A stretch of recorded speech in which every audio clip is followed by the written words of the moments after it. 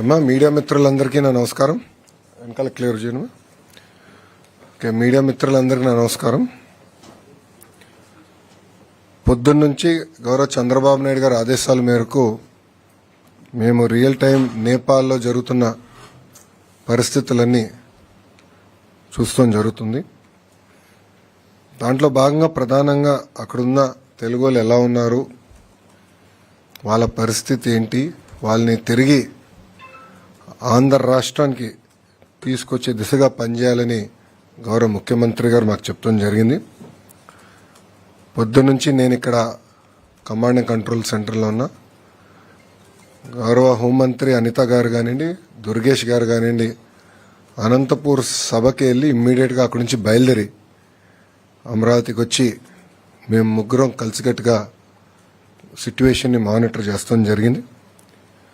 దాంట్లో ఏపీ భవన్లో ఇమ్మీడియట్గా ఒక ఎమర్జెన్సీ సెల్ ఏర్పాటు చేసి ఒక సింగిల్ నంబర్ ద్వారా ప్రజల దగ్గరికి వెళ్ళాం. ఎవరైతే ఆ నంబర్కి ఫోన్ చేశారో ఒక ట్రాకర్ మెయింటైన్ చేసి ప్రతి 2 గంటలు ఒకసారి వాళ్ళ పరిస్థితులు ఏంటి, ఫుడ్ కానీ వాటర్ కానీ పవర్ కానీ ఎన్ని ఉన్నాయా లేవా, ఏమైనా చేసేది ఉందని కూడా రియల్ టైం తెలుసుకుంటాం జరిగింది. ఢిల్లీలో ఉన్న కంట్రోల్ సెంటర్లో తెలుగుదేశం పార్టీ ఎంపీ సానా సతీష్ గారు, గవర్నమెంట్కి చెందిన అర్జ శ్రీకాంత్ గారు అక్కడ కూర్చుని వాళ్ళు మొత్తం మానిటర్ చేస్తాం జరిగింది రియల్ టైం. ఇప్పటికీ మా దగ్గరున్న సమాచారం మేరకు 217 మంది ఆంధ్రలో 12 లొకేషన్స్లో, అంటే హోటల్స్ కానివ్వండి లేదంటే వేరే పట్టణాల్లో కానీ 12 లొకేషన్స్లో వాళ్ళు ఉన్నారు.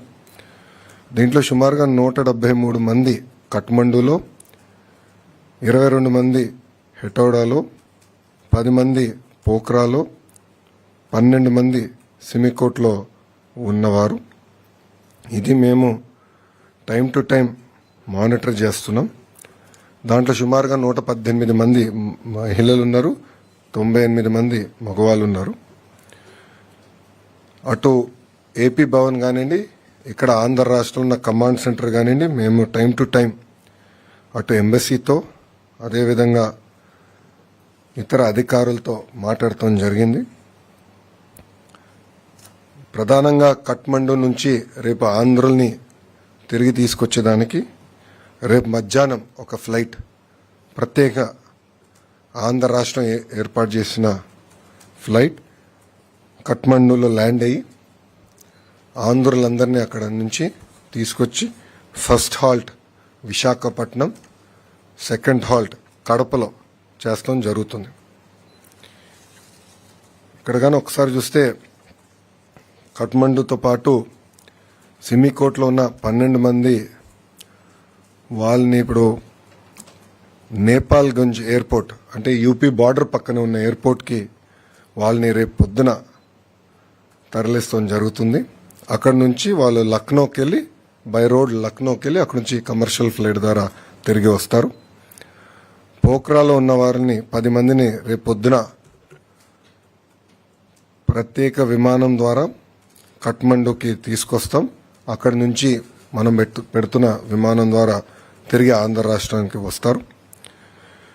ఇంకొక 22 మంది హెటౌడాలో ఎవరైతే ఉన్నారో వాళ్ళు ఈరోజు రాత్రే రాక్సాల్, ఎక్కడైతే బీఆర్ బార్డర్ ఉందో అక్కడికి వెళ్తారు. వాళ్ళు బై రోడ్ వెళ్ళి అక్కడ ఆల్రెడీ మేము డిస్ట్రిక్ట్ మేజిస్ట్రేట్ వాళ్ళతో మాట్లాడటం జరిగింది. వాళ్ళకి కావాల్సిన ఏర్పాట్లు కూడా, ఇమిగ్రేషన్ కానీ ఏమైనా ఏర్పాట్లు ఉంటే కూడా అధికారులతో మాట్లాడడం, అది ఏపీ భవన్ అక్కడ నుంచి సబ్సిక్వెంట్గా వాళ్ళ ట్రావెల్ కార్యాచరణలు కూడా ఏర్పాటు చేస్తాం జరుగుతుంది. మళ్ళీ రేపు పొద్దున మేము 10ంటికి అందరం ఇక్కడ అసెంబ్లీ అవుతున్నాం రియల్ టైం గవర్నెన్స్ సెంటర్లో. రేపు 10 నుంచి కంటిన్యూస్గా మానిటర్ చేసి ప్రతి ఆంధ్రుడు తిరిగి వచ్చే వరకు మేము అందరం పనిచేస్తాం. కేవలం విశాఖపట్నానికి కడపకే కాదు, ప్రభుత్వం వాళ్ళని వాళ్ళ ఇంట్లో దించే బాధ్యత తీసుకుంటాం. అంటే ఎయిర్పోర్ట్లో కూడా వాళ్ళకి కావాల్సిన వాహనాలు ఏర్పాటు చేసి నేరుగా వాళ్ళని వాళ్ళ ఇంట్లో దింపే బాధ్యత కూడా మేము తీసుకుంటున్నాం. సో ఈరోజు ఆంధ్ర రాష్ట్ర ప్రభుత్వం చాలా సీరియస్గా తీసుకుని ఆంధ్రుల్ని తిరిగి తీసుకొస్తాం జరుగుతుంది. ఇంకా రాత్రి కూడా ఉంటే రియల్ టైం మేము అందరూ ఒక వాట్సాప్ గ్రూప్ కూడా ఏర్పాటు చేసుకున్నాం. మంత్రులు కూడా ఉన్నారు, గౌరవ ముఖ్యమంత్రి గారు కూడా వాట్సాప్ గ్రూప్లో ఉన్నారు. మేము అందరూ అది రియల్ టైం మానిటర్ చేసుకుంటున్నాం సిచ్యువేషన్. ప్రతి 2 గంటలు ఒకసారి కూడా మేము గౌరవ ముఖ్యమంత్రి గారికి సిచ్యువేషన్ ఏంటి, గ్రౌండ్ పరిస్థితి ఏంటో తెలియజేస్తాం జరుగుతుంది. సో రేపు సాయంత్రం కల్లా మ్యాక్సిమం లేట్ నైట్ రేపు రాత్రి కల్లా అందరూ క్షేమంగా వాళ్ళ ఇంటికి చేర్చే బాధ్యత ఆంధ్ర రాష్ట్ర ప్రభుత్వం తీసుకుంటుంది.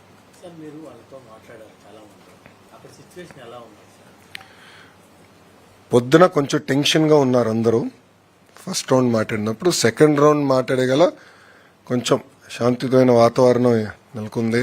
ఆర్మీ వాళ్ళు కూడా వాళ్ళు చేయాల్సిన కార్యక్రమం వాళ్ళు చేస్తున్నారు. సో ఇప్పుడు ప్రశాంతంగా ఉంది అనేది వాళ్ళు చెప్పారు. కానీ వాళ్ళు వెళ్ళినప్పుడు కొంతమంది అయితే ఏకంగా బస్ స్టాండ్లో దాక్కునే పరిస్థితి, అప్పుడు బస్ స్టాండ్ కూడా తగలబెట్టారని వాళ్ళు చెప్తాం. ఒకరైతే ఏకంగా రోడ్డు పైన ఉన్న పరిస్థితి మొత్తం మాకు చూపించారు. అంటే రాత్రి షాపుల పైన జరిగిన దాడులు కానీ, హోటల్స్ పైన జరిగిన దాడులు కానీ అవన్నీ కూడా వీడియో కాల్ ద్వారా వాళ్ళు మాకు చూపిస్తాం కూడా జరిగింది. సో ఒక మాటలో చెప్పాలంటే నిజంగా అందరూ చాలా భయపడ్డారు, చాలా ప్యానిక్ అయ్యారు. ఒక పక్కన వాతావరణం కొంచెం కామ్ అవుతాం, రెండోది ఆంధ్ర రాష్ట్రం నుంచి మేము అంటే 12 గ్రూప్స్ ఉన్నాయి కనుక 12 మందితో మాట్లాడి, కోఆర్డినేటర్ ఉన్నారు కదా, కోఆర్డినేటర్తో మాట్లాడి వాళ్ళందరితో కూడా మాట్లాడి మేమున్నాం, మీకు ఏమైనా ఇబ్బంది ఉందంటే ఇమీడియట్గా మాకు ఒక ఫోన్ చేయండి, ఒక మెసేజ్ పెట్టండి, we'll take it up seriously అని చెప్తాం కూడా జరిగింది. సో ఆ ప్యానిక్ రియాక్షన్ లేకుండా మేము చూసుకున్నాం. అట్లా ఏం ప్రాబ్లం, మెడికల్ అటెన్షన్ ఏం అవసరం లేదని కూడా వాళ్ళు చెప్పారు. మెడిసిన్స్ ఏమైనా అవసరమా అని కూడా అడిగాము. సరిపడా స్టాక్ ఉన్నాయి మాకు, నో ప్రాబ్లం అని చెప్తాం జరిగింది. వాళ్ళు రియల్ టైం చెప్పారు. అంటే ఎప్పుడు ఇది ఎయిర్పోర్ట్ ఓపెన్ అవుతుంది, ఏంటి ఫ్లైట్స్ ఎప్పటికల్లా రావచ్చు, అవన్నీ కూడా టైం టు టైం మేము కోఆర్డినేట్ చేసాం. ఇప్పుడు కేంద్రంలో మన మినిస్టర్ ఆఫ్ సివిల్ రాము ఉన్నాడు. రాముతో కూడా నేను దాదాపు ఒక 10-12 సార్లు మాట్లాడా ఈరోజు. సో ఆయన క్యాబినెట్ మీటింగ్ వెళ్ళే ముందర మాట్లాడా, క్యాబినెట్ మీటింగ్ వెళ్ళిన తర్వాత కూడా మాట్లాడా. మీటింగ్ అయిన తర్వాత మాట్లాడిన తర్వాత ఆయన కూడా ఒక మీటింగ్ పెట్టుకున్నారు ఢిల్లీలో. పెట్టుకుని ఒక ఆంధ్ర రాష్ట్రమే కాదు, రేపు మహారాష్ట్రకి ఏంటి ఎన్ని ఫ్లైట్లు వేయాలి, ఢిల్లీకి ఎన్ని ఫ్లైట్లు వేయాలి కూడా. ఎందుకంటే భారతదేశంలో ఉన్న భారతీయులందరూ తిరిగి తీసుకురావాలి కదా. సో ఆ బాధ్యత కూడా రాము తీసుకుంటున్నాడు.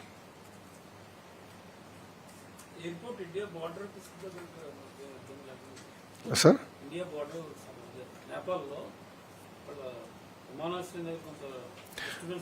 లేదు, ఇప్పుడు అంతా ఇష్యూ సెటిల్ అయిపోయింది, పర్మిషన్ ఇచ్చారు. సో అందుకే రేపు మధ్యాహ్నం కదా మనం ఫ్లైట్ వెళ్తుంది. మన వాళ్ళు వైజాగ్కి, ఇంకా ఐ థింక్ అక్కడి నుంచి 2.5 గంటల ఫ్లైట్ మనకి వైజాగ్కి. వైజాగ్ నుంచి ఒక 45 మినిట్స్ కడప.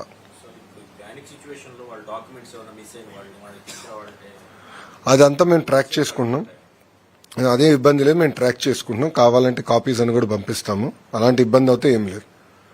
సో కొంతమంది పాపం వాళ్ళు బట్టలు పోగొట్టుకున్న వాళ్ళు ఉన్నారు, ఒకరిద్దరు పాస్పోర్ట్ పోయిన వాళ్ళు కూడా ఉన్నారు. అదే we're coordinating with embassy, real time మేము కోఆర్డినేట్ చేసి అవసరమైన టెంపరరీ ట్రావెల్ డాక్యుమెంట్స్ అన్ని కూడా ఏర్పాటు చేస్తాం. ఆ ప్రాబ్లం ఏం లేదు.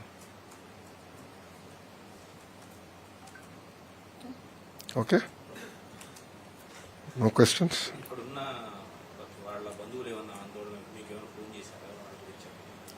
అలాంటి పరిస్థితి రాలేదు, ఎందుకంటే వాళ్ళే డైరెక్ట్గా మాట్లాడుకున్నారు కనుక ఆ పరిస్థితి ఏం లేదు.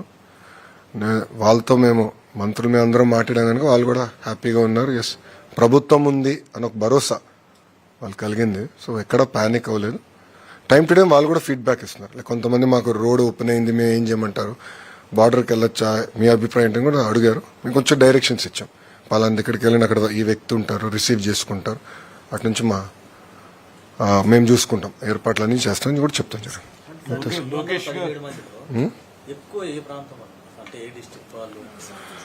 ఇప్పుడు విశాఖపట్నం నుంచి 42 మంది ఎక్కువ, మిగతాది విజయనగరం నుంచి 34 మంది, కర్నూలు నుంచి 22 మంది. Major numbers sir. విజయనగరం 34 అండి, కర్నూలు 22 అండి. టాప్ 3 ఈ 3 అండి. లోకేష్ గారు కంటిన్యూస్ గా మానిటర్ చేసి ఎక్కడికెక్కడ వాళ్ళతోటి అక్కడ ఎవరైతే హెల్డప్ అయ్యారో వాళ్ళతోటి పర్సనల్ గా మాట్లాడడం వల్ల ఒక భరోసా అనేది అక్కడ వాళ్ళకి లభించింది. మెయిన్ గా కొంచెం ఇలాంటి సిచ్యువేషన్ లో ప్యానిక్ అవుతారు. ఎప్పుడైతే గవర్నమెంట్ ఆఫ్ ఆంధ్రప్రదేశ్ వెంటనే రెస్పాండ్ అయిందో అక్కడ జరిగేటువంటి అనంతపూర్లో మీటింగ్ను కూడా ఆయన క్యాన్సిల్ చేసుకుని ఇక్కడ ఉండి కంటిన్యూస్ గా మానిటర్ చేయడం వల్ల వాళ్ళు ఖచ్చితంగా న్యాచురల్ గా వాళ్ళకి ఒక భరోసా అనేది వచ్చింది. వాళ్ళందరూ హ్యాపీ ఫీల్ అయ్యారు. ఇప్పుడు అన్ని మెజర్స్ తీసుకోవడం జరిగింది. రేపు మధ్యాహ్నానికి అందరినీ కూడా మళ్ళీ ఇండియాకి తీసుకురావచ్చే ఏర్పాట్లన్నీ కూడా లోకేష్ గారి నేతృత్వంలో అందరూ టేకప్ చేస్తాం. సార్ ఒక ఫ్లైట్ సరిపోతుంది సార్ 217 మంది కదమ్మా. దాంట్లో ప్రధానంగా చూస్తే మీకు హెటోడాకి 22 మంది వచ్చేస్తారు. So capacity of the flight is 220. So buffer కూడా ఉంది. సో ఇబ్బంది ఏం లేదు. అదంతా చూసుకున్నాం. బఫర్ కూడా చూసుకుని ఒక ఫ్లైట్ సరిపోతుంది. అంటే కేంద్ర ప్రభుత్వం కూడా అదనంగా వేయాల్సి వస్తే ఈ విధంగా సిద్ధంగా ఉన్నారు. దాంట్లో ఎక్కడ వెనకాడట్లా. చాలా క్లారిటీ ఉంది.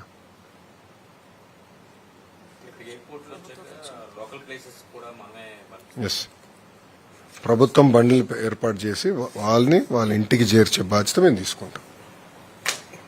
ఇప్పుడు మాకేంటంటే ఒక రోల్ మోడల్ ఉన్నారు కదమ్మా, చంద్రబాబు నాయుడు గారు. ఇప్పుడు మీరు చూస్తే ఉత్తరాఖండ్ వరదలు వచ్చినప్పుడు బాబు గారు ఎట్లా పనిచేస్తారో మేము అందరం చూసిన వాళ్ళం. సో ఆయన చూసి ఇన్స్పైర్ అయ్యి ఇట్లా చేయాలి, ఇట్లా చేస్తే కరెక్ట్ అనేది మేము చేసుకుంటూ వెళ్ళిపోయాం. సో ఆయన ఒక మోడల్ ఉంది మాకు. గతంలో చేశారు, చేసి చూపించారు, మేము అది ఫాలో అవుతున్నాం. సింపుల్.